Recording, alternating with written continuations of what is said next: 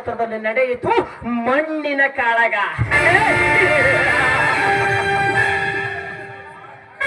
ರಾಮಾಯಣದಲ್ಲಿ ನಡೆಯಿತು ರಾಮ ರಾವಣ ನಡುವೆ ಹೆಣ್ಣಿನ ಕಾಳಗ.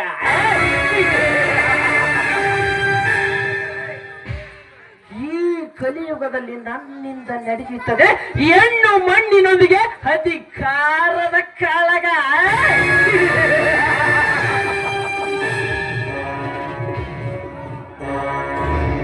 ಲೇ ಬಲರಾಮ,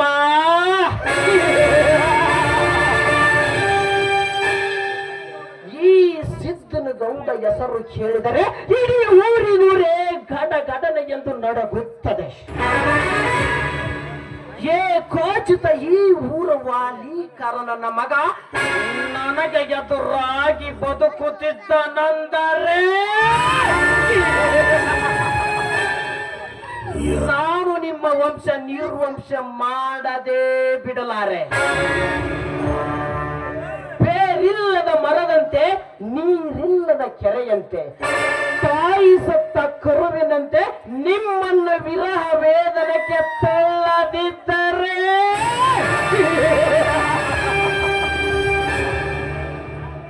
ನಾನು ಈ ಊರ ಪೊಲೀಸ್ ಪಾಟೀಲ್ ಸಿದ್ದನ ಗೌಡನೇ ಅಲ್ಲ. ಲೇ ಬಲರಾಮ, ಈ ಸಭಾಂಗಣದಲ್ಲಿಯೇ ನನಗೆ ಶೆಡ್ಡು ಹೊಡೆದು ನನ್ನ ಕರಿಯನನ್ನು ಅಡ್ಡು ಗೆಡದೆಯಲ್ಲೋ.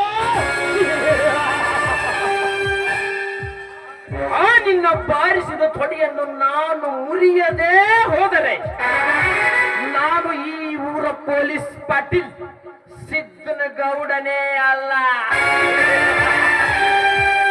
ಕರಿಯ, ಲೇ ಕರಿಯ,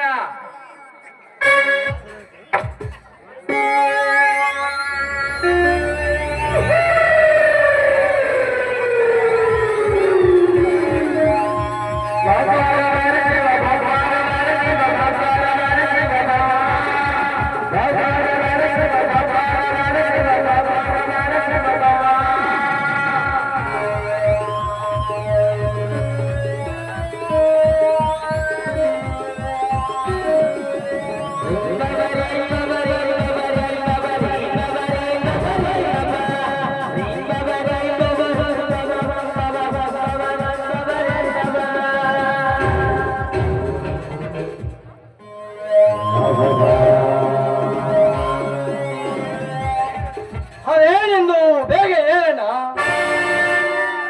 ಆ ರಾಮ ಪ್ರವೀಣರಿಗೆ ಬರಲು ಹೇಳಿದ್ದೇನಲ್ಲ, ಏಕೆ ಬಂದಿಲ್ಲ ಇನ್ನು? ಅವರಿಗೂ ಆನೆದರ ಮದ ತುಂಬಿರಬೇಕಣ್ಣ. ಅದಕ್ಕೆ ಅಂಕುಶವನ್ನು ತಯಾರಿಸಲೇಬೇಕು. ಅಂದಾಗ ನಮ್ಮ ಅರ್ಪಗೊಂದು ಬೆಲೆ ಬರುತ್ತದೆ.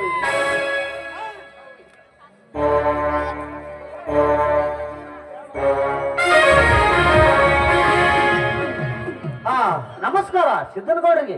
ಆಗಲೇ ಆ ನಿನ್ನ ನಮಸ್ಕಾರಕ್ಕೆ ಈ ಸಿದ್ದನ ಗೌಡ ಬರಲು ಹೇಳಿದರೆ ಬೇಗ ಬಂದು ಭೇಟಿಯಾಗಬೇಕು ಎಂದು ಗೊತ್ತಾಗುವುದರಲ್ಲೇ ಬಡ. ಈಗಲಾದರೂ ಬಂದಿದ್ದಾರಲ್ಲ, ಅದೇನೆಂದು ತಿಳಿಸಿ ಹೇಳಿ ಗೌಡ್ರಿ. ಹಿಂದಿಂದೆಲ್ಲ ಮರೆತು ನಿಮ್ಮೊಂದಿಗೆ ಸ್ನೇಹ ಸಂಬಂಧವನ್ನು ಬೆಳೆಸಬೇಕೆಂದರೆ ಆದರೆ ನಿನ್ನ ತಮ್ಮ ಬಲರಾಮ ನನ್ನ ಜೋಡಿ ಕಾಲು ಕೆದರಿ ಜಗಳಕ್ಕೆ ಬರುತ್ತಿದ್ದಾನೆ. ಇದಕ್ಕೆ ನಿಮ್ಮ ಅಭಿಪ್ರಾಯ ಏನು? ಗೌಡ್ರೆ, ಇದರಲ್ಲಿ ಅಭಿಪ್ರಾಯ ಏನುಂಟು? ನಾವೆಲ್ಲರೂ ಒಂದೇ ಊರಿನವರು, ಒಂದೇ ಕುಟುಂಬದವರ ಬಾಳಿ ಬದುಕಿ ಮಾಡಿದವರು. ನನ್ನ ತಮ್ಮನಿಗೆ ನಾನು ಈಗಾಗಲೇ ತಿದ್ದಿ ಬುದ್ಧಿ ಹೇಳಿದ್ದೇನೆ. ಅವನ ಬಗ್ಗೆ ನೀವೇನು ತೆರೆಗೆಡಿಸಿಕೊಳ್ಳಬೇಡಿ. ಹೇಳಿಕೊಳ್ಳದೆ ಹೋದರೆ ಮುಂದೊಂದಿನ ಮಾಡಾಂತಿಕ ಅಲ್ಲ ನಡೆದಾಗ ನಮಗೆ ಹೇಳೋಕೆ ಅವಕಾಶವೇ ಇರಲ್ಲ.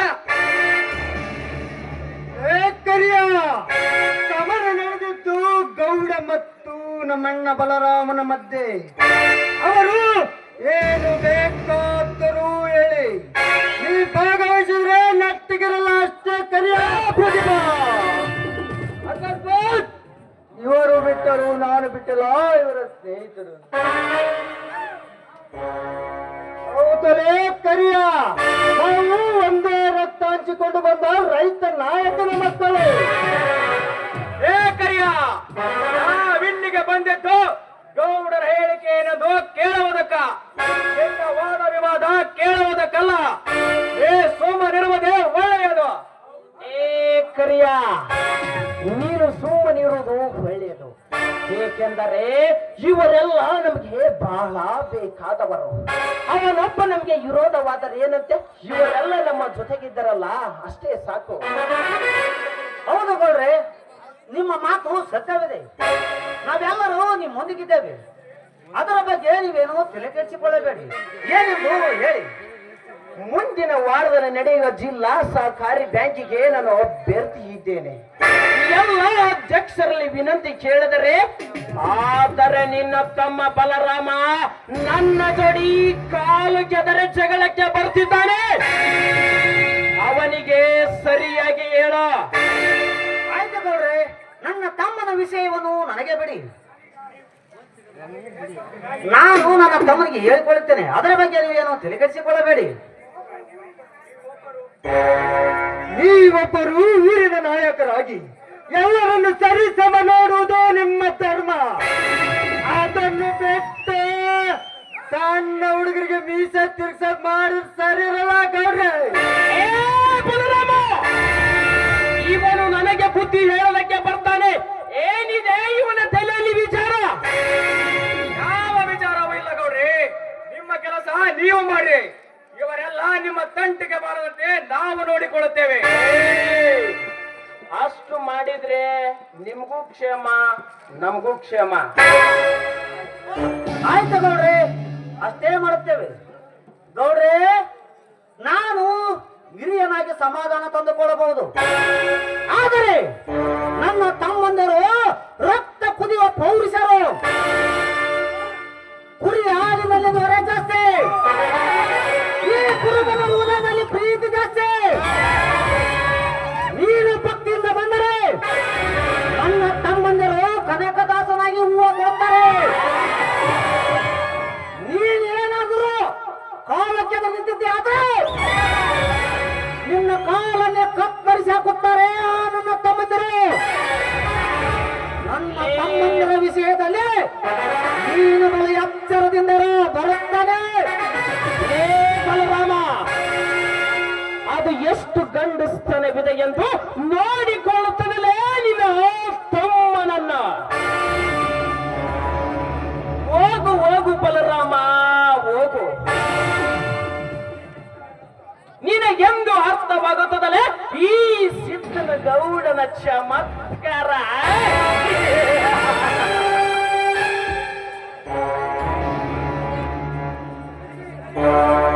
ಶಿಕ್ಷಕರಿಲ್ಲದ ಶಾಲೆ, ಕಟ್ಟಿಗೆ ಇಲ್ಲದ ಹೊಲೆ, ಹಾಲಿಲ್ಲದ ಮೊಲೆ, ಸಂಗೀತವಿಲ್ಲದ ಕಲೆ. ಇವು ಯಾವ ಹಸಿವನ್ನು ನೀಗಿಸಲು ಸಾಧ್ಯವೇ ಇಲ್ಲ. ಅದರಂತೆಯೇ ನೀವೇನೇ ಹೇಳಿ ಹೋದರೂ ನನಗೆ ಅಂಟಿಕೊಂಡಿರುವ ಹಸಿ ತುಳಸಿಯ ಆಸೆ ಆರಲಕ್ಕೆ ಸಾಧ್ಯವೇ ಇಲ್ಲ. ಎಡೆ ತುಳಿದ ಹಾವಿನಂತೆ ನನ್ನ ನಡೆನುಡಿಗೆ ಅಡ್ಡ ಬರುವ ನಿಮ್ಮ ತಮ್ಮಂದಿರನ್ನು ಸಂಬಂಧವಿಲ್ಲದ ಶವ ಮಾಡಿ ಈ ಊರಲ್ಲಿ ನನ್ನ ಅವ ಎಂತನೆಂದು ತೋರಿಸಿದ ಹೋದರೆ ನಾನು ಈ ಊರಿನ ದಿಟ್ಟ ಪೊಲೀಸ್ ಪಾಟೀಲ್ ಸಿದ್ದನ ಗೌಡನೇ ಅಲ್ಲ.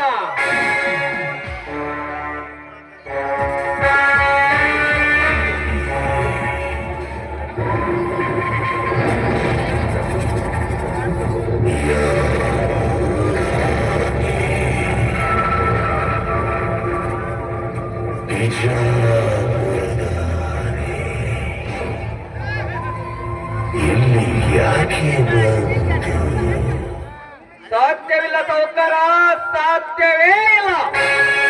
ನೀನೆಷ್ಟೇ ಮೊದಲ ಮೊತ್ತನೆಯಾಗಿ ಕುತ್ತಿಕೊಳ್ಳುತ್ತೇನೆಂದು ಶಪಥ ಮಾಡಿದರು ನಿನ್ನನ್ನು ಒತ್ತು ಬದುಕುವ ತಾಕತ್ತು ಈ ಬಲರಾಮನಿಗಿದೆ ಎಂಬುದು ಮಾತ್ರ ಮರೆಯಬೇಡ. ನನ್ನ ಅಪ್ಪಣೆ ಇಲ್ಲದ ನನ್ನ ನನ್ನ ಮನೆಗೆ ಬಂದು ಬಾಯಿಗೆ ಬಂದಂತ ಮಾತಾಡಿದರಲೇ ಬಡವ, ನಿನ್ನ ಸಾವು ಸಮೀಪ ಬಂದಿದೆ ಎಂದು ತಿಳ್ಕೊ. ಅಂತ ಸಾವನ್ನೇ ಬೆನ್ನಿಗೆ ಕಟ್ಟಿಕೊಂಡುವ ಬದುಕುವ ಗಂಡು ಇವನಿದ್ದಾನೆ. ನಾನೇ ಗಂಡಂದು ಮೆರೆಯುವ ನಿಮ್ಮಂತ ಚೀಲಗಳನ್ನು ಎಂದು ಮೆರೆಯಲು ಬಿಟ್ಟಿಲ್ಲ ಈ ಗೌಡರ ವಂಶದವರು. ಇವರ ಬಿಟ್ಟರು ನಾನು ಬಿಟ್ಟಿಲ್ಲ ಇವರ ಸ್ನೇಹಿತರನ್ನು. ಗೌಡನ ಕೈ ಚೀಲ ನಾನ್ಯಾರು ಗೊತ್ತೇ? ಸಿಕ್ಕಂತೆ ಕುರಿ ಹಾಲು ಕುಡಿದು ಮೇರು ಪರ್ವತದಂತೆ ಬೆಳೆದು ನಿಂತಿರುವ ಕೆರಳಿದ ಗಂಡು ಹುಲಿ ಇದು. ಕೊಂಡ ನಾನೆಂದು ನಮ್ಮ ತಂಟೆಗೆ ಬಂದರೆ ಕಾಲು ಕೆದರಿದ ಹುಲಿಯಾಗಿ ನಿಂತು ಈ ರೈತ ಮನೆತನದ ಹೆಸರನ್ನು ನಾಡಿನ ಉಸಿರಾಗಿ ನಿರ್ಮಿಸಿ ಕಾಲಕ್ಕೆ ತಕ್ಕಂತೆ ನಿಮ್ಮೆಲ್ಲರನ್ನು ಕೊಂದು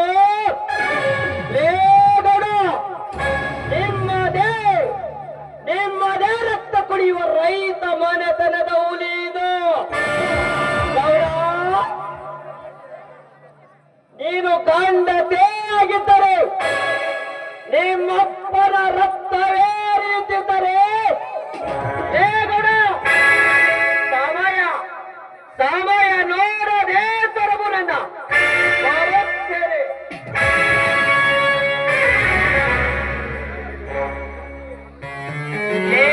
ಬಲರಾಮ, ನೀನು ಕರೆದ್ರೆ ಬರ್ತೀನೋ ಬಿಡ್ತೀನೋ ಗೊತ್ತಿಲ್ಲ, ಆದ್ರೆ ನಿನ್ನ ಅತ್ತಿಗೆ ಶಾಂತ ಕರೆದ್ರ ನಿನ್ನ ಮನೆಗೆ ಬಂದೇ ಬರ್ತೀನಿ.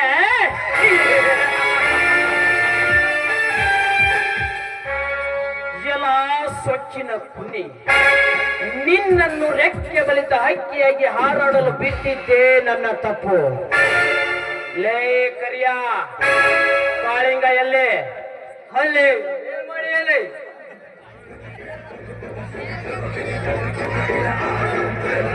ಕಾಳಿಂಗ, ಇಷ್ಟೆಲ್ಲ ನಿನ್ನ ಎದುರಿಗೆ ಕದನ ನಡೆದರು ಸುಮ್ಮನೆ ನೋಡುತ್ತಾ ಕುಂತಿರಲೇ ಮೂರ್ಖ.